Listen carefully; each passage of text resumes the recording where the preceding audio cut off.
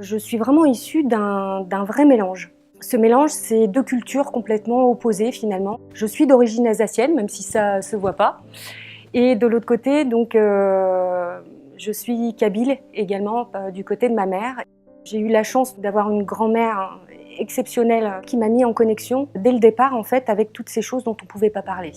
Toute une tradition de guérisseurs, de choses très connectées, d'élan du cœur, et puis de l'autre côté quelque chose de très structuré, de très droit.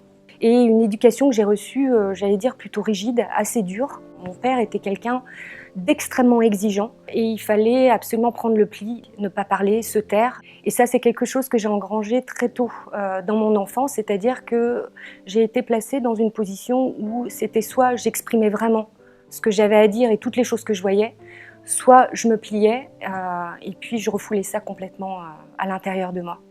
Et en tant que petite fille, évidemment, on a besoin d'être aimée. Et donc, j'ai choisi de correspondre exactement à ce qu'attendait mon père. Et à partir de ce moment-là, ça doit être vers l'âge de 7-8 ans, j'ai complètement tout fermé, c'est-à-dire tout ce que je voyais, tout ce que je ressentais. J'ai choisi un parcours hyper classique pour bien répondre à tout ce qu'on demandait de moi. Donc, j'ai été une fille extrêmement sérieuse, j'ai adoré l'école et j'ai fait en sorte d'être toujours la première de la classe pour ramener mes petits bulletins à mon papa. Et c'était jamais assez. Jamais, jamais assez. J'essayais de trouver à l'intérieur de moi, mais pourquoi je suis faite, à quoi je sers, mais est-ce que j'ai des dons, est-ce que il faut que j'apprenne, il faut que j'apprenne. Très tôt, je me suis toujours posé des questions. C'est quoi le sens de la vie? Mais pourquoi on est là? Mais à quoi ça sert? Et j'avais pas de réponse. Et je me disais qu'en ayant un métier, en étant grande plus tard, enfin quand je pourrais être grande, je pourrais enfin parcourir le monde, être libre, etc. Je puisse être enfin reconnue, non pas pour ce que j'étais, mais parce que je disais des choses intelligentes et que le mental était bien plus important que le reste. J'ai fait une école de commerce, je suis allée dans la finance, j'ai été auditeur interne, j'ai travaillé pour des grands groupes et j'étais une folle de travail. Vraiment une folle de travail, lever très tôt le matin pour aller faire des audits à l'autre bout du monde. Beaucoup de rigueur et en fait je suis devenue en fait ce qu'on appelle un profil psychorigide au possible et de devoir en fait aussi servir les intérêts d'autres, c'est-à-dire des grandes entreprises, de devoir faire mes preuves, de prouver en fait que je valais quelque chose parce qu'il y avait un besoin en fait très simple de reconnaissance, de dire ok t'y es arrivé, t'es pas si bête finalement, parce qu'à l'intérieur de moi je me sentais nulle, je me sentais pas à ma place, je me sentais trop fragile en fait et trop hypersensible. Et ça a été vraiment le gros souci, même tout au long de ma carrière, c'est-à-dire que je ressentais tout le temps les choses et j'avais beau voir ce qui se passait, ne serait-ce même qu'en réunion, même pour des choses toutes bêtes, la création d'un site web, j'étais là et tous ces gens qui parlaient, chacun menant son ego en disant non, il faut faire comme ça, non, c'est le dernier qui a parlé, et je voyais la stupidité de ces réunions. On est en train de jouer une scène de cinéma, en fait, tous ces gens sont là en train de parler dans tous les sens, chacun essayant de prouver qu'il a raison. Ça n'a aucun intérêt. C'est là vraiment que j'ai senti qu'il fallait vraiment que j'arrête de mettre toutes mes compétences, tout ce que j'avais appris, il fallait que je change, il fallait que je mette ça au service d'autre chose. Donc, structure bien rigide, ce qui me permet de enfin pouvoir rentrer dans le moule, c'est-à-dire que je me marie très très tôt. Et je trouve la copie conforme de mon père pour rentrer dans une vie bien rangée, la petite dame bien gentille avec son emploi, etc., qui réussit dans la vie. Et puis j'ai continué sur cette lignée et là, je crois que j'ai eu ma première intuition fulgurante. Le jour du mariage, je me dis, il me faut un peu de courage. Et j'enfile cette robe qui me va pas du tout, jusqu'aux gants que j'avais pas choisis, parce que j'avais rien choisi. On m'avait dit, fais comme ci, fais comme ça, et j'ai été décisionnaire absolument sur rien. Et j'arrive devant cet hôtel et je me dis, mais quelle erreur monumentale, il faut pas le faire. Et pourtant, je suis allée au bout, j'ai pas suivi mon intuition. Évidemment, ça n'a pas duré, on était sur 2 planètes différentes. Mais ça a été en tout cas une belle expérience pour commencer à montrer que je ressentais quand même des choses et qu'il fallait peut-être commencer à les écouter. D'arrêter d'être toujours avec ce miroir extérieur et de vraiment d'aller voir en fait là où il y avait ces blessures et d'aller accepter en fait tout simplement une chose très bête, mais qui l'est pas du tout, c'est accepter en fait que j'étais une grosse hypersensible. Accepter que j'avais des souffrances, accepter qu'on pouvait être malade, qu'on pouvait être dépressif. En tout cas, à ce moment-là, le grand rêve de je réussis ma vie, je me marie, je gagne de l'argent, j'ai une business card géniale, je voyage dans tous les points du monde, tout ça, ça avait plus de sens.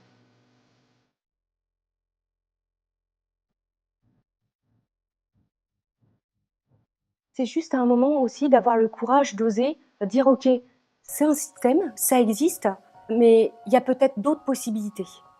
Et à chaque fois, ça s'est passé comme ça, même à travers les différentes civilisations.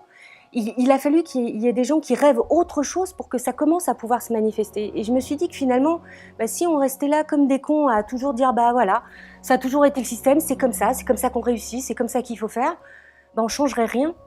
Donc il fallait oser aller là où on va pas. Et j'avais les pétoches. Hein. Et c'est pour ça aussi que ça a été une vraie décision de quitter un système où je gagnais super bien ma vie, où j'étais reconnue, des bons diplômes, une reconnaissance managériale, etc. Pour vous dire jusqu'où c'est allé, le jour où vraiment j'ai senti et j'ai eu l'intuition qu'il fallait que je parte, j'étais en réunion avec mon équipe et j'avais un petit jeune qui était juste génial, qu'on appelle ça aujourd'hui les petits jeunes de la génération Y, qui revenait tout le temps à la charge et qui avait un besoin énorme de reconnaissance, qui voulait toujours être payé plus. Et il revenait toujours à la charge, donc j'essayais de lui trouver à chaque fois des formations pour qu'il se développe, c'était jamais assez. Et un jour, il m'a gonflé. Mais il m'a gonflé à un point où je me suis dit, mais il me fait chier quoi. Je rentre chez moi et pendant la nuit, je sens que vraiment ça continue à me gonfler. Ça me gonfle tellement que le matin, je me réveille, je pouvais plus avaler. J'avais en fait dans la gorge et j'avais pas pu lui exprimer en fait que parce que ça se fait pas de dire à quelqu'un tu me gonfles. Maintenant tais-toi, hein, dans ce côté respect, etc. Je peux plus avaler et je commence à sentir qu'en fait je suis hyper fébrile. Et là je me dis mais non, réunion super importante ce matin avec le comité de direction, pas le temps d'être malade. Par précaution, je prends quand même ma température, je vois un peu plus de 40, je me dis ah merde. Il y a un problème quand même. Et donc, c'était 5h du matin et je dis à cette époque à mon mari, je lui dis, écoute, excuse-moi, je suis vraiment confuse, mais est-ce que tu veux bien t'occuper des enfants ? Je fonce aux urgences juste pour m'assurer que c'est OK et puis après je fais ma réunion, mais voilà, c'est juste par précaution parce que j'ai très mal à la gorge. Et j'arrive aux urgences et je vois un médecin qui me regarde comme ça. Elle me dit, vous avez un peu mal ? Je dis, ben oui, ça me fait mal et tout ça. Et puis ce matin, j'ai une réunion, donc il faut que je parle... Voilà, je dis, vous pouvez pas me donner un truc vite fait Et il éclate de rire, il me dit, mais... Il me dit, c'est grave ce que vous avez. En fait, il va falloir qu'on opère. Vous avez un phlegmon à la gorge. C'est direct sous morphine, etc. Alors, si vous voulez faire une réunion sous morphine, ça peut être super intéressant, je pense, pour les personnes qui seront avec vous. Mais c'est pas bon, là. Donc, en fait, je suis en train d'essayer de vous expliquer, madame, que vous allez rester à l'hôpital, là. Et que vous allez plus bouger. Et donc là, je me dis, bah non, c'est juste pas possible. Je peux pas m'arrêter. C'était déjà une première émanation, j'allais dire, de mon aide qui me disait « Attention au burn-out, attention, pas écouter. Je reste une semaine à l'hôpital et là, pour la première fois de ma vie, je peux me reposer. C'est génial. Avec la morphine, le bonheur total, je plane et là, alors là, je discute avec des tas de personnes à l'hôpital, je discute avec les infirmières, je rigole avec les gamins, je leur raconte plein de bonheur. Et donc, une semaine se passe. Je reprends ma voiture le matin pour retourner au boulot et là sur la route, je conduis et là j'entends de façon fulgurante « Tu vas pas y aller, tu peux plus y aller, c'est fini ». Et là je me dis « Mais bien sûr que si, il faut que j'y aille, j'ai pas le choix, enfin je peux pas quitter mon job comme ça ». Et là j'entends « C'est terminé, tu peux plus y aller ». Mais vraiment avec beaucoup d'amour et je sens un sourire et tout ça. Et j'ai à peine le temps de faire ça que je regarde mon rétroviseur et je vois une voiture qui arrive derrière moi. Il pleuvait et qui fait un aquaplaning et qui me rentre en plein fouet dans la voiture. Donc choc, coup du lapin et voiture pompier, enfin tout va bien. Et donc je retourne illico au même hôpital. Et donc tout le monde me regarde, me fait, on change de service ? Je dis oui, là c'est pour autre chose. Et donc immobilisé à nouveau. Et là je sens que j'ai des choses à exprimer qu'il faut vraiment s'arrêter. Et là je comprends que c'est terminé. Et c'est qu'après, ayant fait aussi plein d'autres stages, après avoir vécu déjà un certain nombre d'expériences juste extraordinaires, de connexions sur, j'allais dire, d'autres plans, alors que ce soit au niveau astral, mais aussi au niveau mental, avec les guides, etc. Je sens exactement le moment où il faut que j'aille démissionner. Et là, je vais avoir une rencontre juste géniale avec le grand patron de ma boîte qui partait constamment au Japon, etc. J'appelle sa secrétaire et je lui dis voilà, j'aimerais avoir un rendez-vous avec lui. Et donc elle rigole, elle me dit mais il revient du Japon, il va pas te prendre comme ça quoi. Enfin c'est juste pas possible dans l'emploi du temps. Je fais dis-lui que je veux le voir. 5 minutes après, elle me rappelle, elle me dit il te donne un rendez-vous de 10 minutes J'entre dans le bureau et je lui explique, je lui dis voilà, la RH et tout ça, la formation, ça va plus comme ça. Je sens bien que ce qu'on donne, en fait, c'est pas assez et j'ai envie de faire les choses à ma façon, j'ai envie de donner les choses de façon beaucoup plus authentique et d'arrêter de suriner les gens de valeurs. Il faut être performant, il faut être authentique avec les autres, il faut le respect, etc. Je dis, ça on peut le faire, les gens ils sont OK, mais tant que le management n'est pas OK avec ça et que par derrière on en est toujours à des disputes d'ego en comité de direction, que chacun veut être plus fort que l'autre, je dis, j'ai plus envie de ça, j'ai plus envie de servir ça. J'en ai marre. Et ils me regardent et là ils font. Il s'assoit et je vois qu'il commence à pleurer. Il me regarde et il me dit est-ce que je peux vous prendre dans les bras? Alors là, je me dis bon, dans la série irréelle, pourquoi pas? J'entends la petite musique en arrière-fond, donc je le prends dans les bras. Il me dit je suis super contente que voilà, on se tutoyait. Je suis super contente que tu puisses dire ça parce que personne parle jamais franchement.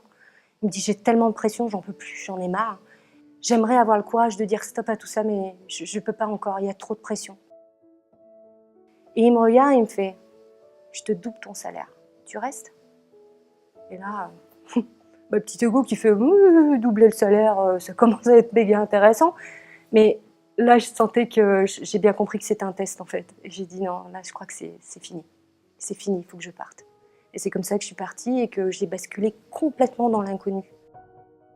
Et de la façon dont ça a été vécu, on m'a pris pour une folle quand je suis partie.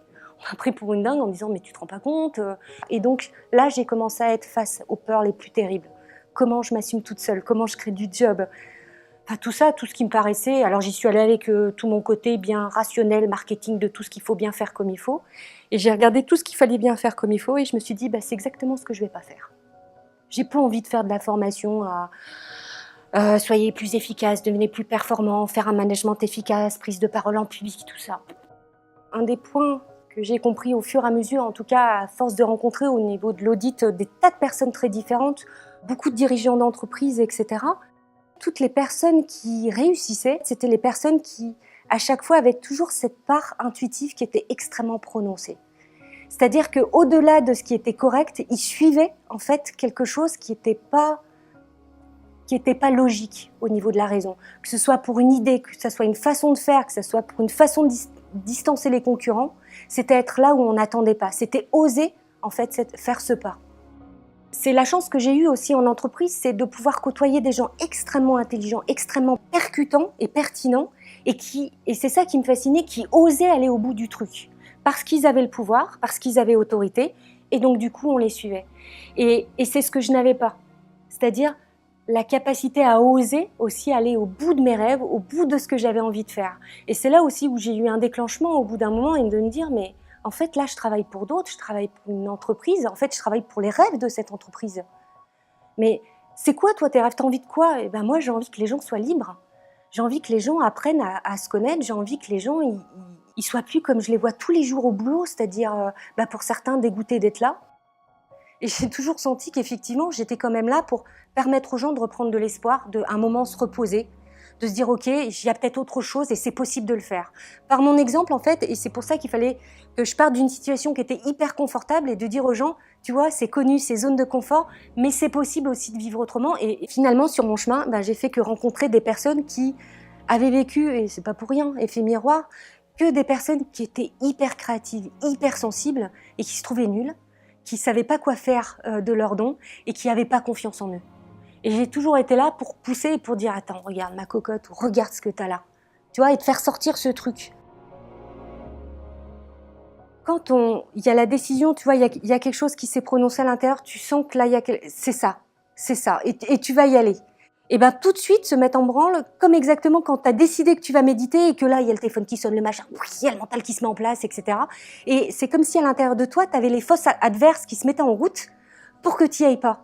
Tu vois, ou pour même, tu sais que ça va te faire du bien, mais tout va faire que, ça y est, tu as la liste de tout ce qu'il faut faire. Voilà. Et ça, c'est ton gardien interne. Ça clignote à l'intérieur en disant zone de danger, on va sortir de la zone de confort. Donc c'est normal à l'intérieur, ton mental et ton ego, ils te protègent de ça. Mais il y a un moment, l'aspiration est assez forte pour dire c'est pas grave, je sais pas où je mets les pieds, mais j'y vais. Et puis hop, et un pas après l'autre. Et d'oser aller sur le chemin le moins fréquenté, c'est-à-dire le tien. Parce qu'il n'y a personne d'autre qui a fait ton chemin. Personne.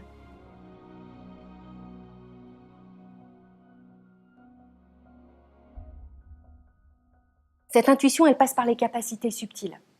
C'est-à-dire que de façon physique, évidemment, on a les 5 sens, mais ces 5 sens, au niveau subtil et au niveau de nos corps, sont justement beaucoup plus aiguisés que ça. C'est-à-dire qu'on a la clairaudience, la clairvoyance, la clairsentience, hein, donc avec le ressenti, et puis on peut avoir un mélange en même temps de tous ces sens-là. Et c'est quelque chose, comme tout à chacun l'a déjà ressenti, vous savez, où tout d'un coup on a une espèce de fulgurance, c'est-à-dire qu'on sait avec une espèce de certitude que c'est ça, avant même d'avoir les preuves ou d'avoir connaissance de tous les faits qui sont autour de ça, mais on a senti, on a vibré, alors ça peut se manifester, vous savez, par les petits frissons qu'on a sur la peau, mais il y a comme une espèce de respiration de l'âme où c'est une évidence. Et il n'y a pas de jugement là-dessus, c'est comme ça. Et la difficulté, et c'est là que je me suis dit comment travailler ça, c'est que vu les 60 millions de pensées qu'on a par jour, comment capter la bonne pensée, c'est-à-dire celle qui vient vraiment de l'intuition et puis toutes celles qui sont le fruit de mon mental, de tous mes scénarios intérieurs, de tous mes désirs, de toutes mes incompréhensions. Pas évident. Et ça, pour ça, eh bien justement, ça s'apprend. Ce qui est important, en tout cas, c'est déjà de faire ce calme intérieur. Déjà que le mental ne soit pas à 200%, ce qui est une de mes spécialités, hein, de tricoter et de faire du vélo. C'est vraiment calmer ce mental et être vraiment dans une posture d'accueil et d'acceptation, pas bouger. Ce qu'on apprend aujourd'hui à travers toutes les méditations de pleine conscience, ce qu'on apprend à travers toutes ces techniques de moment présent, etc., ça c'est nickel, ça permet de poser les choses. Juste d'être dans l'acceptation de ce qui est, et à partir de ce moment-là, vraiment avoir un questionnement intérieur intuitif, quel que soit le sujet, par exemple, de dire « Ok, qu'est-ce qui se passe pour moi? Pourquoi c'est en train de m'arriver? Qu'est-ce qui est caché là derrière? Pourquoi cette situation est là et qu'est-ce qu'elle a à me faire comprendre ?» C'est toutes ces questions-là. Et c'est simplement attendre et accepter ce qui vient. Et la plupart du temps, le mental n'accepte pas en disant « Mais non, ça c'est des conneries, mais non, mais c'est pas ça. » Et pourtant, c'est une évidence, c'est ça. Et quand, par exemple, on dit bah, « Voilà, j'ai eu cette intuition, ça n'a pas marché. » Mais ça, c'est mon mental qui dit les choses. En fait, peut-être qu'il m'arrive exactement ça et que mon intuition m'a soufflé, par exemple, de faire telle action hein, ou d'agir dans ce sens-là. Et mon petit ego n'est pas du tout content parce que ça me met dans une merde pas possible, finalement. Par exemple, d'avoir osé quitter un job. Alors, bon, c'est une décision qui ne se prend pas à la légère. Hein. C'est des choses qui sont avec beaucoup de discernement. Mais j'ai senti qu'il y avait quelque chose et qu'il fallait que je le fasse. Je le fais, ça me met dans la merde. Mais peut-être qu'il faut que je vive ça. Parce que c'est là que je vais aller chercher mes ressources, que je vais aller vraiment chercher en fait ce qui est caché à l'intérieur de moi. Lui, le mental, il va se contenter d'être, j'allais dire, à mi-chemin et tout de suite juger, ah, alors voilà, t'as décidé ça, ça produit que ça. Mais en fait, il y a tout ce qu'il y a derrière, tout le temps et tout le cheminement qu'il faut pour en arriver là. Et je crois que c'est vraiment les bases et de la beauté aussi de cette intuition, parce que l'intuition, elle passe vraiment par le côté du cœur. C'est aussi, tu vois, d'accepter sincèrement que tu puisses te tromper. Parce que, en fait, est-ce que tu te trompes réellement? Finalement, ça n'a même pas de sens de se poser cette question. Mais c'est qu'à un instant T, à un moment T, tu as eu cette information et c'était juste. C'était juste. Et puis, tu vas cheminer et puis tu vas te rendre compte qu'en fait, cette vérité-là, elle peut être encore différente. Et c'est juste d'accepter que maintenant, dans la posture, il y a encore autre chose. C'est un art qui est subtil. Pouvoir être dans l'acceptation et en même temps de s'en foutre. De s'en foutre dans le sens où ce qu'en pensent les autres, de toute façon, quoi que tu fasses, tu auras toujours des pour, des contre, etc.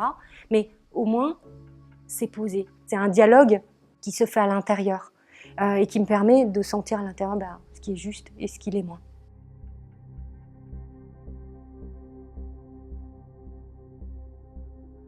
Je dis souvent, en fait, les capacités subtiles, c'est comme le corps physique. Si tu fais des exercices, à un moment, tu te muscles. Et les capacités subtiles, c'est pareil. Il y a des exercices, et des exercices initiatiques qui sont très clairs, qui permettent de développer ça, qu'on connaît depuis la nuit des temps, hein, que ce soit le point de concentration que tu vois avec les yogis, qui permettent vraiment, justement, d'apprendre à concentrer toute son énergie en un point unique pour pouvoir rentrer à l'intérieur et pour pouvoir aller beaucoup plus vite quand tu te déplaces, notamment que ce soit avec ton corps astral, etc. Que ça soit dans le calme mental pour pouvoir avoir une meilleure réception. Il y a plein d'exercices. Ça, et j'en viens à un point extrêmement important. On dit souvent, il y en a qui ont des dons, et puis il y en a qui n'en ont pas. Mais on a tous des dons. L'intuition, on a tous de l'intuition. C'est pas réservé au féminin ou au masculin. On a tous un cerveau droit, un cerveau gauche. À partir de là, L'intuition vient du côté cerveau droit, parce qu'elle apparaît par symbole, elle apparaît par parabole, par image, très souvent, c'est très clairvoyant, mais ça peut être aussi des messages par la clairaudience, hein, des messages qui vont être, voilà, comme beaucoup sont channel ou canalisent. Encore faut-il savoir sur quel plan on canalise, hein, parce qu'il y a plein de plans et là encore il y a un côté manipulatoire parce qu'on peut très bien jouer avec une entité et être complètement manipulé par elle et pourtant être vraiment sincère et penser que c'est ça. Donc il faut apprendre aussi à aller voir où est-ce qu'on se connecte et apprendre à le faire tout seul et pas être dépendant de quelqu'un qui connecte, hein, et j'en viens aussi justement aussi là-dessus sur tous ces côtés de dépendance qu'on peut avoir, soit avec des thérapeutes, ou dès qu'il y a quelque chose, dis-moi ce qui se passe, ou avec des médiums, ou enfin peu importe, où on a un côté où on n'a plus son libre arbitre, alors qu'on est composé de ça et qu'il faut absolument apprendre tout seul, et ça, l'intuition nous le donne, apprendre tout seul à se poser les bonnes questions. Tout comme quand on connecte par exemple un guide, un être de lumière, peu importe, c'est pas chercher absolument à avoir des réponses et tout en posant des questions ouvertes, fermées. Est-ce que je fais ça? Est-ce que je fais ça? Qu'est-ce que t'en penses? Etc. Et souvent, on va avoir la réponse hyper précise.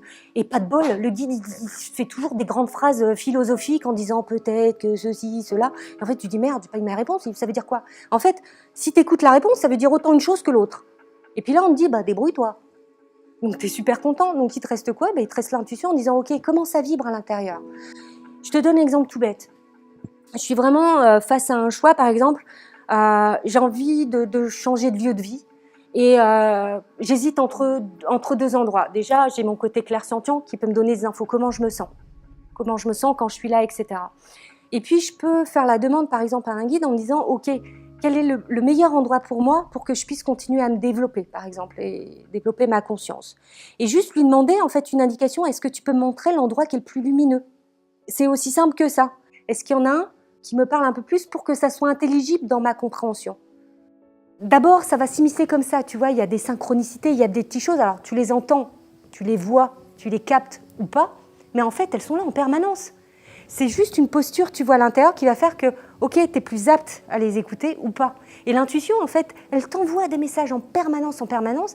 C'est juste cette posture-là qu'il faut prendre le temps d'être tranquille et puis déjà d'être très au clair, tu vois, au niveau de ton ego, tes peurs, donc faire un travail sur soi, ça c'est indispensable au niveau thérapeutique. Mais c'est aussi, les gens me disent, mais comment je sais si c'est mon canal intuitif ou pas? Comment je sais si les infos, c'est les bonnes ou pas?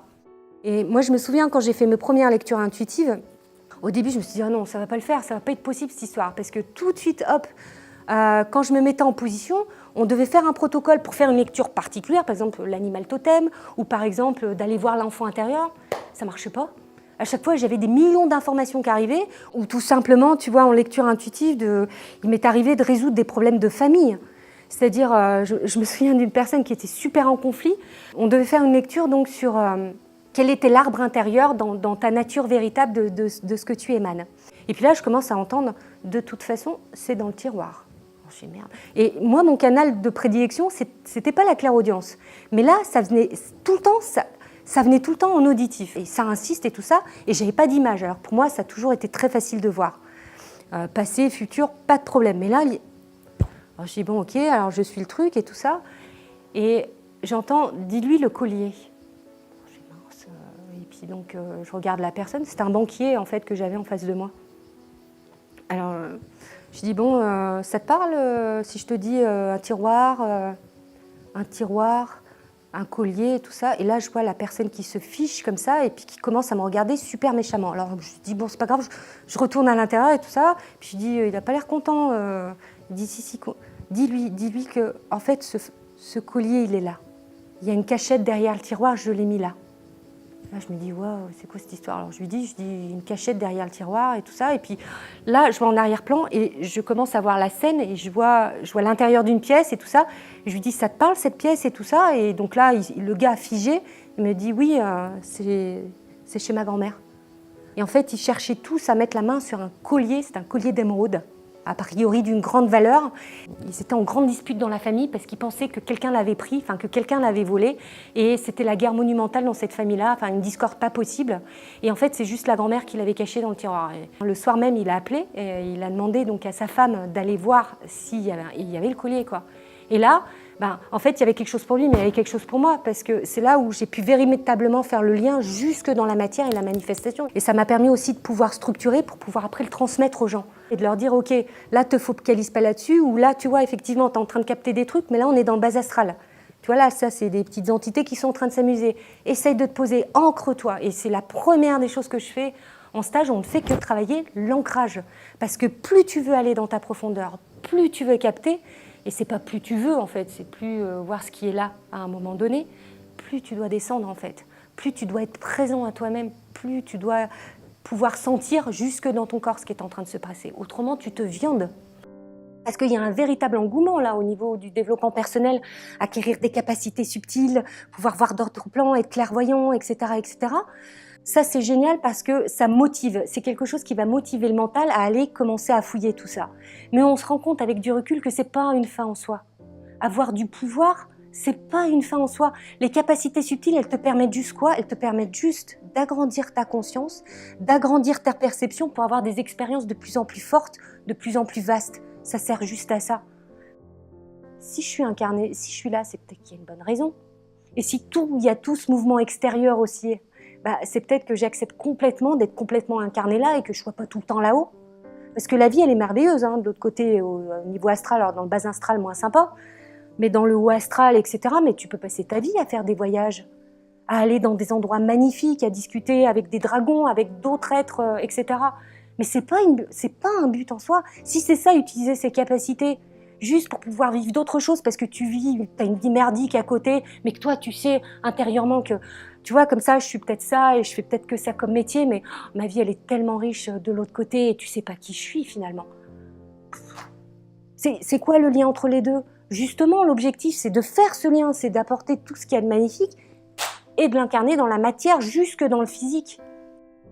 Et ce que je trouve génial avec l'intuition, c'est justement qu'elle te fait travailler cette posture intérieure. Pas bouger, être juste là dans l'acceptation de ce qui est, c'est-à-dire tout en même temps. Mon action au monde, c'est justement faire descendre ça à l'intérieur de moi, montrer le chemin. Cette limite subtile entre ne rien faire et s'en foutre. Qu'est-ce que c'est que ce véritable lâcher-prise? Lâcher-prise, ça veut dire que tu lâches le truc et la plupart des gens pensent qu'il ne faut plus rien faire.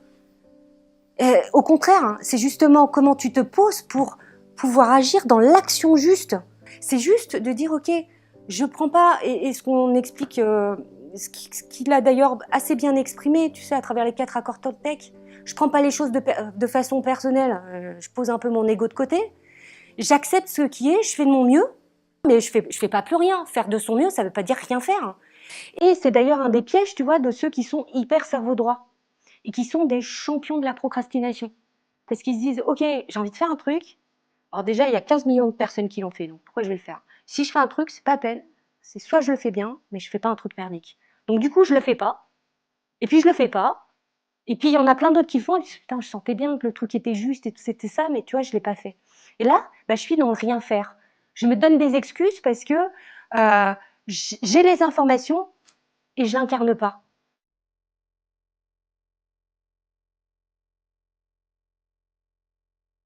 Si je faisais une histoire simple, c'est juste pour dire que dans les civilisations et les premières façons de fonctionner, on a d'abord commencé au niveau de l'humanité. En tout cas, on a recommencé, parce que l'histoire et les rishis, les Upanishads expliquent encore bien mieux que ça. Premier chakra, en fait, où c'est la vie qui se déploie, la survie, etc. Avec un collectif et pas du tout les valeurs morales qu'on peut avoir. Puis il y a une deuxième phase de matriarcat énorme sur toute la Terre. C'est tous ces rites païens, etc. Une vraie présence qu'on retrouve aussi dans le film Avatar, par exemple, ou une connexion totale au tout. On n'est pas du tout séparé du tout et de cette nature. Et puis, étant dans les lois spirituelles, loi de cause à effet, dans la dualité, grosse dose de matriarcat, grosse dose de patriarcat derrière. Il faut que ça se contrebalance. Donc là, on rentre tout doucement au niveau de l'Égypte ancienne, assez ancienne, et puis au fur et à mesure, on va commencer à basculer dans toute l'Antiquité, etc., où on commence à voir d'une prédominance du masculin sur le féminin. Toute cette époque patriarcale où on va passer dans le 3e chakra, c'est le plexus, et qui était absolument nécessaire, c'est-à-dire que j'apprenne à m'individualiser, que je trouve mon individualité dans le tout. Hein, donc c'est ma place, et donc c'est tout ce qu'on connaît, guerre de territoire, toutes les croisades, et tout ce qui peut exister, tout l'ascétisme, et la raison qui commence à se mettre en place. Et puis, Ah bah, depuis pas longtemps, hein, on est venu faire, vous vous rappelez, on devait tous mourir en 2012. Donc évidemment, c'était une mort symbolique, mais il y a eu ce passage et cette vibration où on est passé du plexus, hein, c'est-à-dire moi, à nous, et ce collectif. Il fallait à un moment donné qu'il y ait un vrai nettoyage qui puisse se faire de toutes ces traditions, de tout ce que tu as au niveau transgénérationnel, les choses qui se sont répétées de famille en famille, etc. Et de prendre conscience qu'on peut changer, on peut se nettoyer, on peut commencer à travailler individuellement en soi pour faire grandir le soi. Et on sait bien que plus on se nettoie à l'intérieur, plus ça change à l'extérieur. Et donc il y a eu ce changement-là, mais il fallait qu'il y ait beaucoup d'âmes qui s'incarnent et de vieilles âmes pour accepter de faire ce gros boulot et de s'incarner dans des familles où c'était un peu la misère, où il y avait des gros trucs pour pouvoir faire ce nettoyage et pouvoir faire en sorte que les générations qui arrivent après, ils n'aient plus ce fardeau et puissent commencer à travailler ce nous. Et tu vois bien que les enfants, comme ils sont élevés aujourd'hui, c'est radicalement rien à voir avec ce qu'il y avait avant. Dans le sens où on prend soin de la personne, on le considère comme une personne, on n'est plus dans cette pédagogie noire où il faut te soumettre, on te tape, etc. Alors, dans un autre sens, il y a beaucoup d'excès, hein, c'est-à-dire l'enfant roi, etc. Mais en tout cas, voilà, on a changé complètement la façon de voir. Et on donne à l'enfant, on a la conscience que c'est une âme qui vient de s'incarner, et qui nous a choisi et qu'on a choisi aussi. Et grâce à Internet, la connaissance se diffuse à vitesse grand V. Alors avec du bien et du moins bien évidemment. Mais c'est surtout que si tu vois aujourd'hui les jeunes et dans leurs aspirations, ils sont plus du tout liés à cette connaissance où il faut que je fasse mes preuves et ceci. Ils n'ont pas ce souci-là. Ils se trompent, c'est pas grave, et puis ils font autre chose. Ils sont dans ce moment présent. Ils ont déjà engrammé en eux que, ok, je fais, c'est pas grave, je me trompe, c'est pas grave. Donc il n'y a plus cette culpabilité qu'on nous a inculquée nous sur les générations précédentes. C'est voilà, j'essaie, je vois ce que ça donne. Et puis, il y a cette volonté aussi de devenir autonome, de faire mon truc, de m'essayer. Donc, pas toutes ces peurs qu'a fille de oh, qu'est-ce qui va se passer si je gagne pas d'argent et si j'y arrive pas et si ceci. Voilà, j'essaye et puis on verra bien. Donc, il y a plus sur ces nouvelles générations cette peur qu'il y a pu avoir, comme pour nous, tu sais, de ce problème de confiance ou d'estime de soi, etc. Les parents, nouvelle génération, en donnent beaucoup, parfois trop. Et d'ailleurs, on en voit d'autres gamins qui pensent avoir tout vu, tout connu, ils ont toutes les expériences, puis ils t'expliquent la vie. C'est drôle aussi. Après, voilà, chacun son expérience au fur et à mesure. Puis c'est souvent qu'après, ils se disent, bah ouais, là, en fait... d'ailleurs, on le voit bien sur plein de vidéos de jeunes youtubeurs qui ont commencé, puis qui se regardent 2 ans après en disant, voilà, j'étais trop naze. Enfin, c'était... Mais chacun sa vérité au moment donné. En tout cas, ce qui compte, c'est qu'il n'y a plus cette appréhension de donner avec son cœur ce qui est dans l'instant. Et on n'arrête pas de te le buriner à toutes les sauces marketing. Fais ce qui te passionne. Si tu veux faire un truc qui marche sur Internet, dis quelque chose pour laquelle tu as vraiment une passion, où tu es authentique, etc. Et il n'y a pas plus vrai, tu vois. Mais si tu fais le truc en espérant obtenir quelque chose, t'es mort. Ça ne marchera pas.